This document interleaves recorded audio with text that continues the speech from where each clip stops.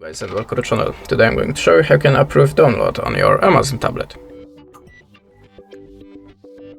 So the first thing, open the settings, then go to the apps and choose App Info or CL Apps. Now look for your web browser.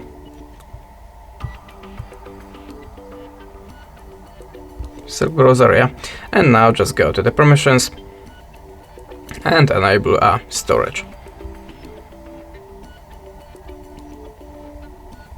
You can also enable install no apps if you need. Okay, and now if you want to approve the download, just open the web browser,